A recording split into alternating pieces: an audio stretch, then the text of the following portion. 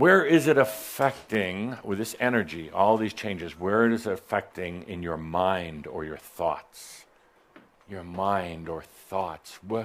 What's happening right now in the mind and thoughts? Yes.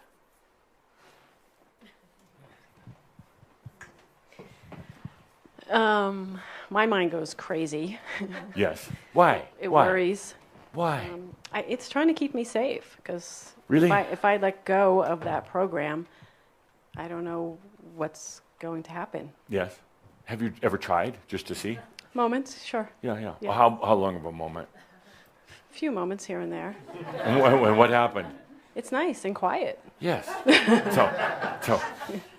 But this is good, and I'm not trying to laser in on you, but you speak for many people. Why the worry, could we call it slight obsession? Good. Slight More obsession. than slight. Yeah. Yes, very slight, tiny, almost couldn't even spell it.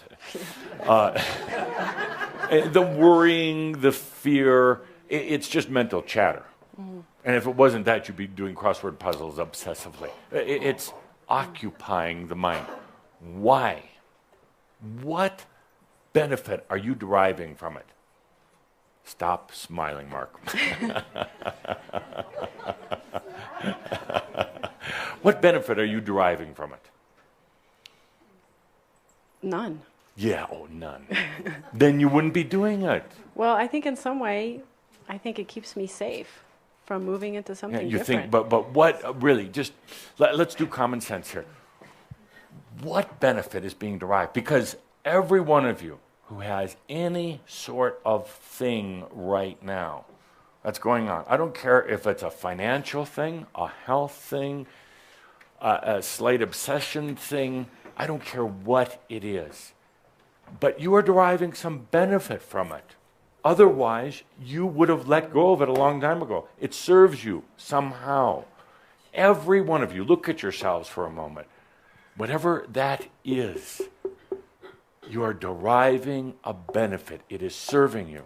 And therefore, all is well in all of your damn creation because it is serving you. It's doing something. You're loving it. Otherwise, you would have left it. So, how is it serving you to have this? It's a distraction. It's a distraction, absolutely. But distracting from what? From me. So do you think maybe if you took that pause and stopped the mind chatter, and that's really all it is a huge distraction, and it could be in the form of, as I said, doing crossword puzzles all the time or worrying about things. What would happen then? You would have to face myself. Good. Now, what would be the biggest fear about facing yourself? I wouldn't like me. I like you. Why wouldn't you like you?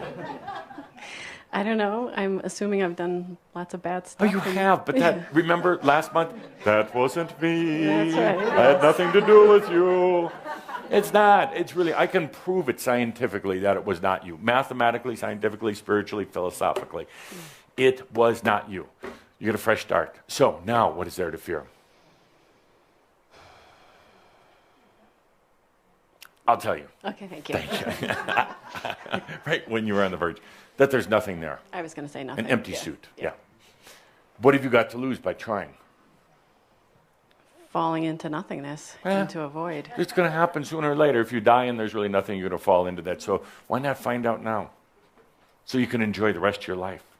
When you discover that there really is something there, and it's not what you thought it was.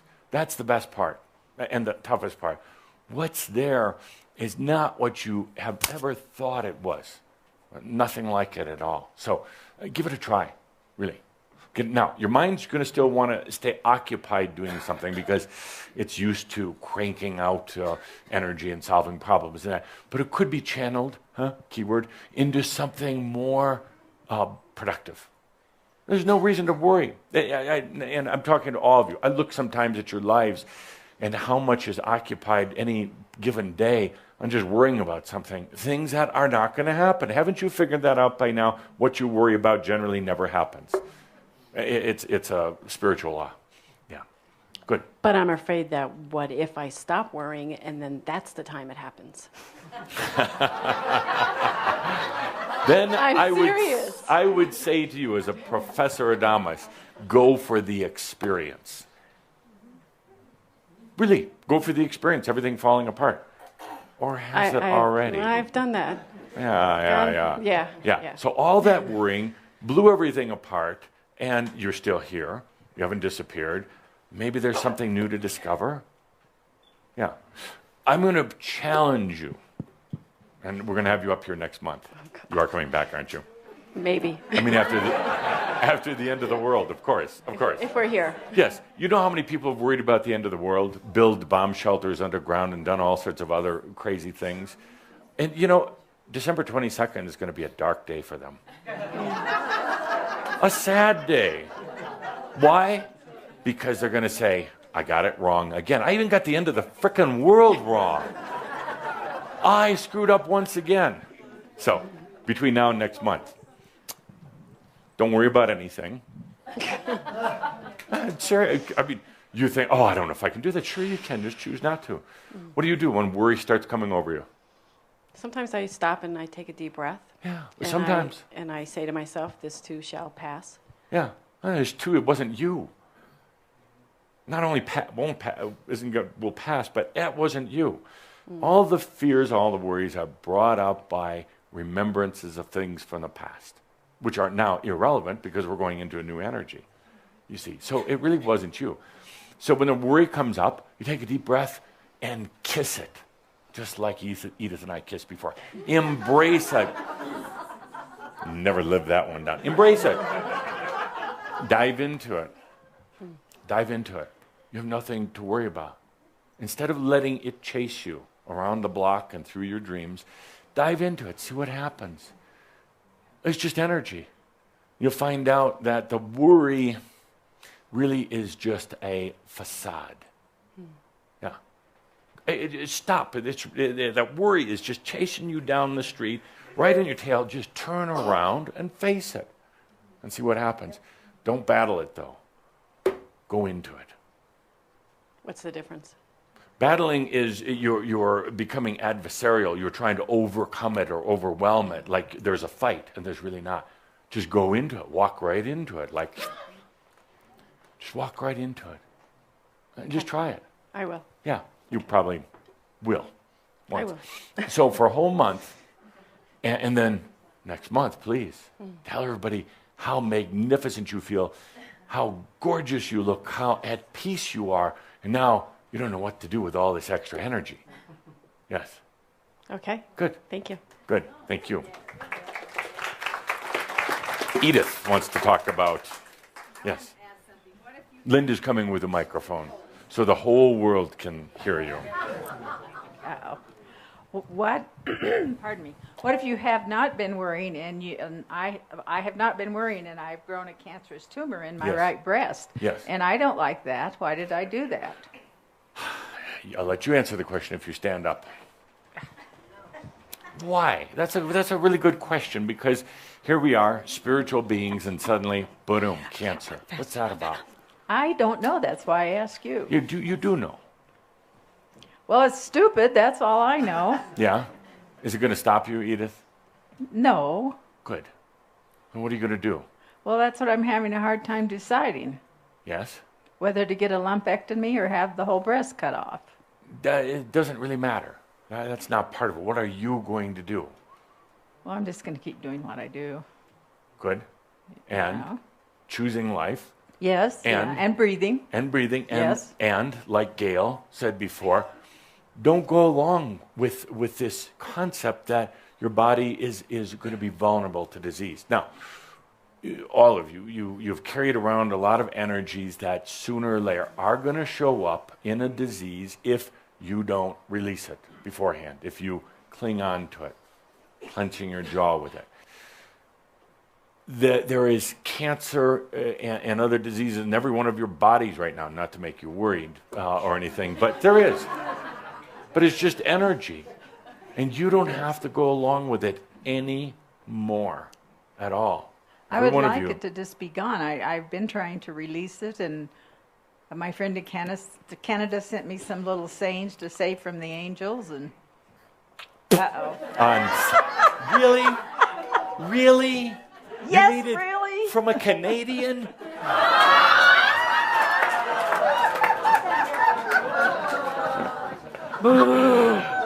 You've been hanging out with the humans too long. You're turning into a bigot. No, I'm a consummate entertainer. Yes, you are. To keep you all alive.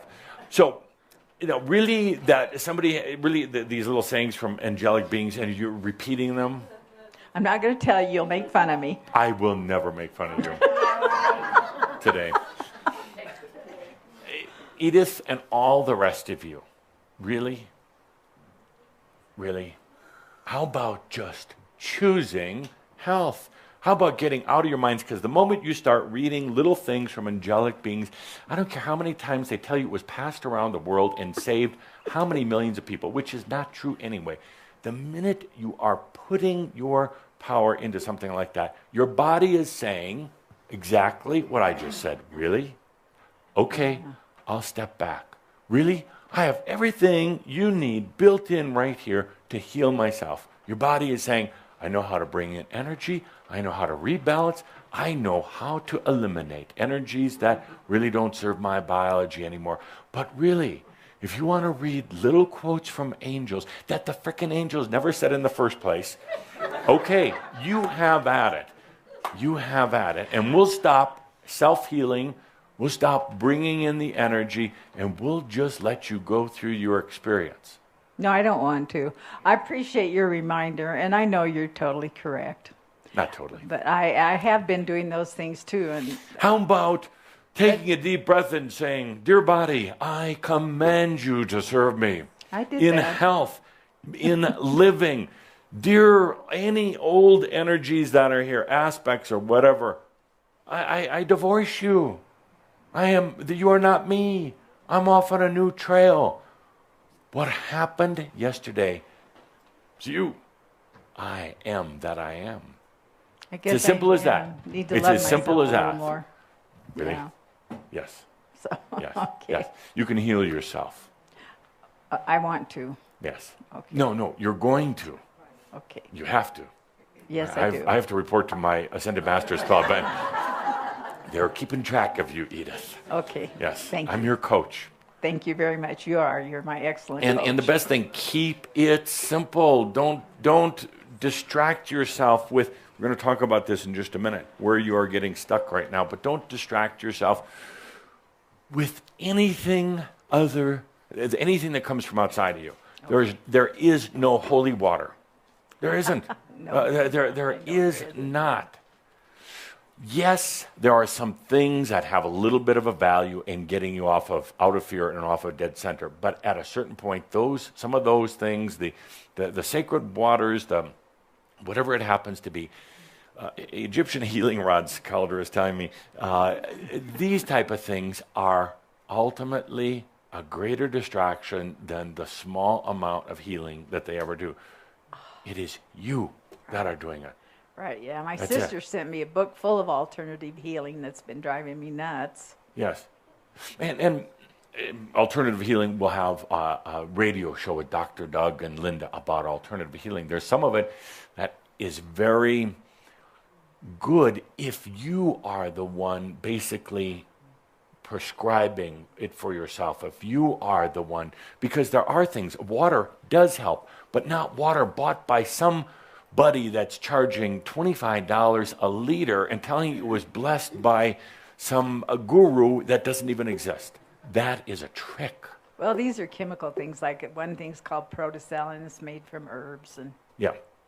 But let's all of us, on the biological thing, which we're going to be getting into in a few months, let's start with what you already have, without anything from the outside. And no, it doesn't mean getting off of medications you're on now, but we'll start getting away from those. We'll get the body back into the healing. Oh, Adamus, this is for entertainment value only. It's not medical advice. Well, it's really good medical advice. If doctors would listen, they would learn something.